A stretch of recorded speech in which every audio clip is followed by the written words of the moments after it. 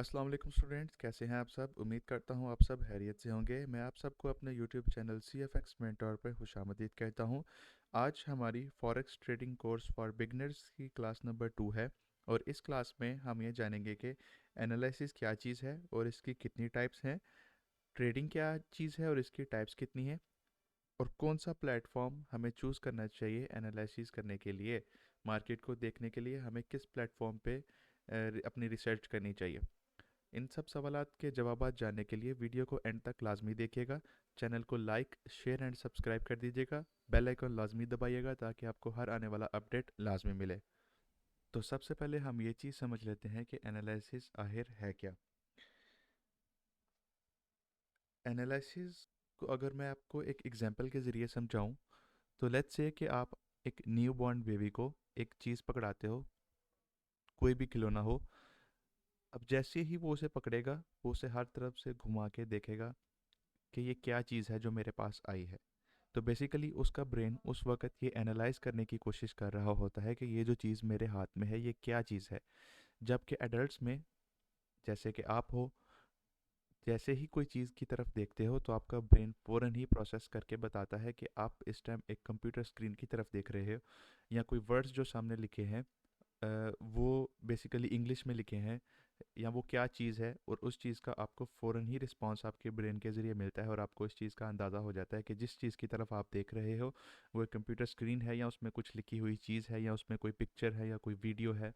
तो basically analysis को अगर आप आसानी से समझना चाहो, तो आप किसी भी चीज़ को उसकी डेप्थ में जाके एनालाइज करते हो, कि देखते हो कि इसमें छुपा हुआ क्या है और इसकी ज़ाहरी तौर पे फिज़िकल कंडीशंस कैसी हैं और इसकी इनर कंडीशंस कैसी हैं। तो बेसिकली इस चीज़ उससे जो डाटा निकल के आता है उस चीज़ को हम एनालिसिस बोलते हैं। और इसकी दो टाइप्स हैं। मार्केट में दो तरह के एनालिसिस किए जाते हैं। वैसे तो एनालिसिस की बहुत सारी टाइप्स हैं, पर मेजर टाइप्स हमारे पास सिर्फ दो हैं। फॉरेक्स की फील्ड से रिलेटेड और क्रिप्टो की फील्ड से रिलेटेड हमारे पास सिर्फ दो टाइप्स हैं। इसमें हम फंडामेंटल एनालिसिस करते हैं और दूसरा एनालिसिस टेक्निकल एनालिसिस होता है। सबसे पहले हम ये समझ लेते हैं कि फंडामेंटल एनालिसिस आखिर है क्या। लेट्स से कि एक ब्रांड जैसे एप्पल है, एक कंपनी है, और हम इसको इसका फंडामेंटल एनालिसिस करना चाहते हैं।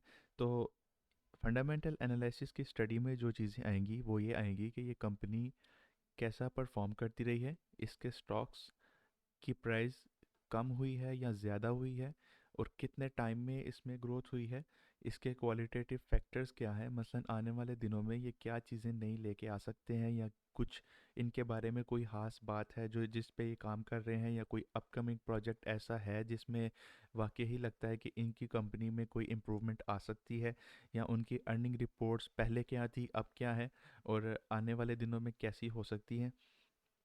इन सब चीज़ों को देखते हुए आप कंपनी में इन्वेस्टमेंट करते हो।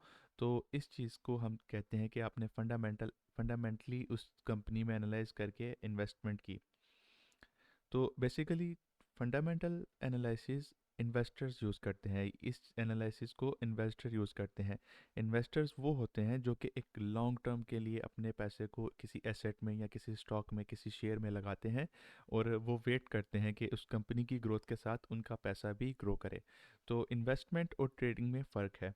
ट्रेडिंग बिल्कुल शॉर्ट टर्म चीज़ है, ये बिल्कुल मौके पे होने वाली चीज़ है। उस चीज़ को हम ट्रेडिंग बोलेंगे। मसलन आप बाय और सेल करते हो किसी भी चीज़ को, तो वो बेसिकली आप ट्रेड कर रहे हो।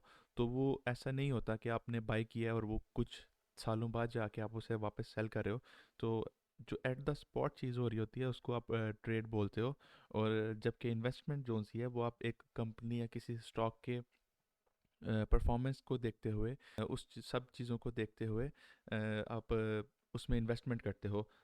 तो इस चीज़ को अगर हम ट्रेडिंग में देखें या करेंसीज में देखें, तो हम ये देख लें, अगर लेट्स से कि हमारे पास जो हमारा पाकिस्तानी रुपया है, ओवर द टाइम आप देखें तो डॉलर के मुकाबले में ये गिरता ही चला जा रहा है। हमारी हमारी अपनी करेंसी डीवैल्यू होती जा रही है। तो इस चीज़ को हम देखेंगे कि हमारे जो कंपनी का फंडामेंटल एनालिसिस देखते हुए अगर कोई हमारे पाकिस्तानी रुपए में इन्वेस्टमेंट करना चाहेगा, तो वो सबसे पहले हमारी रिपोर्ट देखेगा कि हमारा हमारा लोन कितना है, हमारी अर्निंग कितनी है, एनुअल अर्निंग कितनी है, और ये सारी चीज़ें कैसा हमारा पाकिस्तानी रुपया परफॉर्म कर रहा है। इन सब उसको वो बेस बना के तो हमारे मुल्क में इन्वेस्टमेंट करेगा। अदरवाइज़ अगर तो ये चीज़ें बुरी हैं तो वो डेफिनेटली ऐसे ऐसे एसेट में इन्वेस्टमेंट नहीं करेगा। तो फंडामेंटल एनालिसिस बेसिकली इन सब चीज़ों को देख के आप किसी चीज़ में इन्वेस्टमेंट करो तो उसको आप फंडामेंटली इन्वेस्टमेंट या एनालिसिस रिसर्च बोलोगे। जबकि टेक्निकल एनालिसिस बेसिकली एक खास टेक्निक्स के ज़रिए चार्ट के एनालिसिस को बोलते हैं।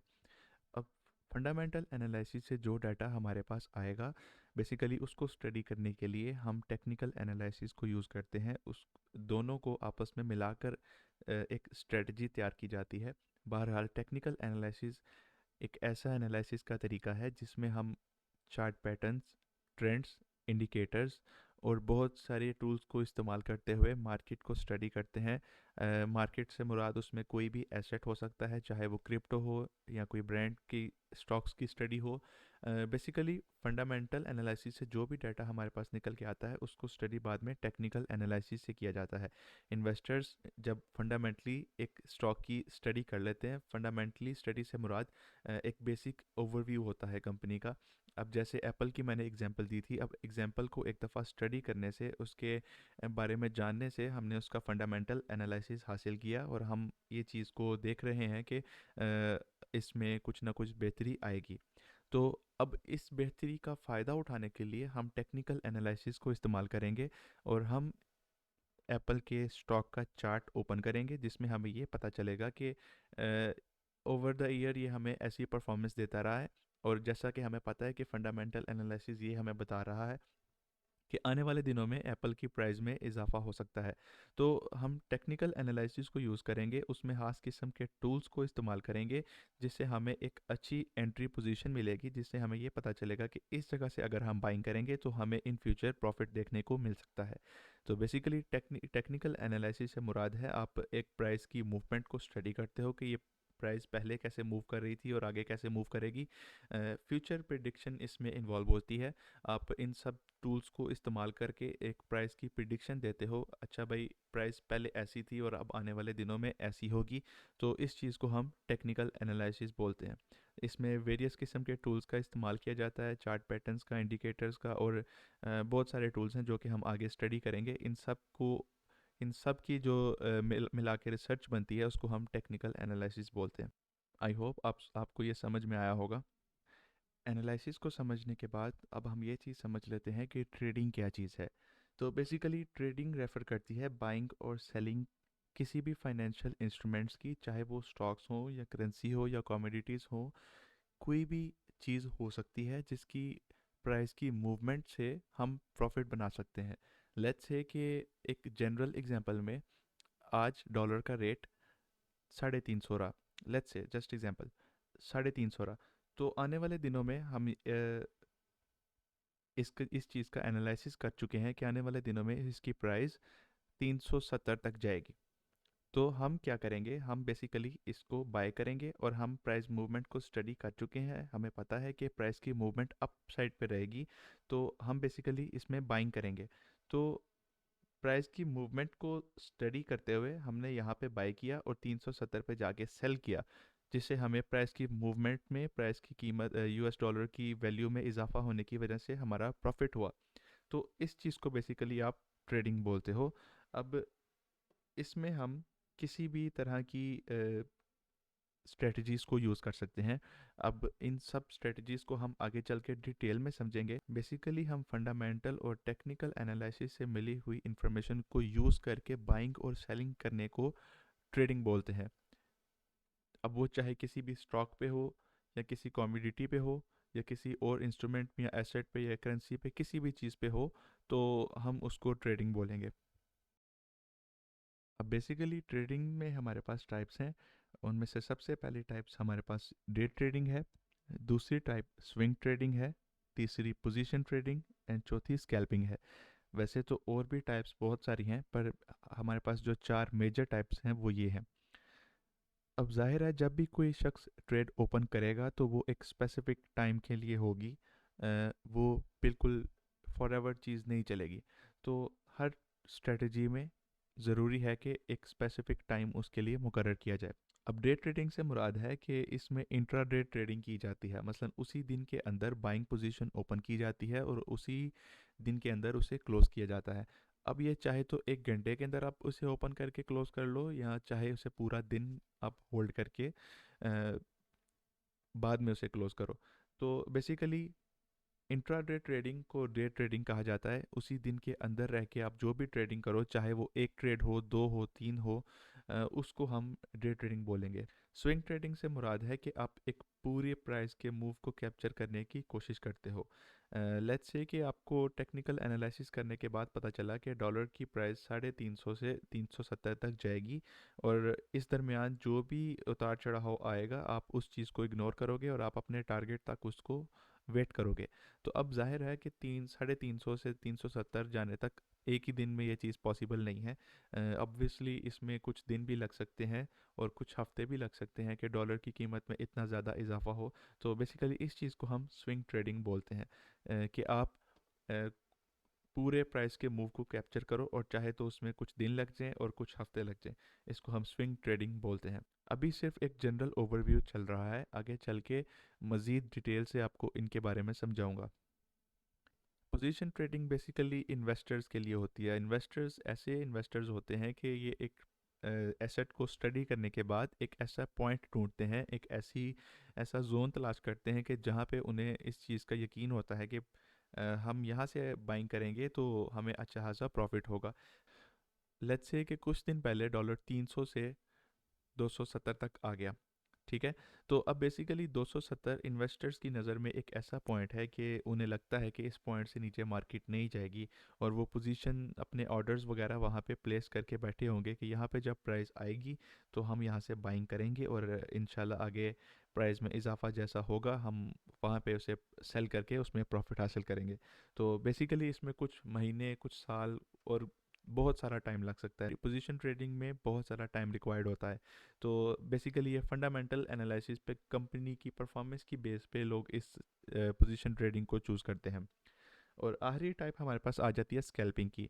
स्कैल्पिंग बेसिकली स्कैल्पर्स वो ट्रेडर्स होते हैं जो कि बिल्कुल शॉर्ट मूव को कैप्चर करते हैं, जो कि कैंडल्स को इतना डीपली स्टडी करते हैं कि उनको इस चीज़ का आइडिया हो जाता है कि एक कैंडल के बाद अगली कैंडल कैसे बनेगी। मसलन अभी अगर लेट्स से कि रेड कैंडल है और वो इस चीज़ का आइडिया कर लेते हैं पिछले हिस्टोरिकल प्राइस मूवमेंट को देखते हुए कि आगे प्राइस कैसा परफॉर्म करेगी, कैसा उसका बिहेवियर रहेगा, अप जाएगी या डाउन साइड जाएगी। तो बेसिकली स्कैल्पर्स शॉर्ट मूव को कैप्चर करते हैं, थोड़े मूव को कैप्चर करते हैं। लेट्स से कि 345 पे बाइंग की और 350 पे उन्होंने सेल कर दिया। सिर्फ इतनी शॉर्ट मूवमेंट से वो प्रॉफिट हासिल करते हैं। अब चाहे यहाँ से यहाँ जाने तक 1 सेकंड लगे, मिनट लगे या कितना भी टाइम लगे, तो इस चीज़ को हम स्कैल्पिंग बोलते हैं। आई होप आप सबको ये चारों टाइप्स समझ आ गई होंगी। तो अब बेसिकली हम ये बात कर लेते हैं कि हम कौन से प्लेटफॉर्म को चूज़ करें।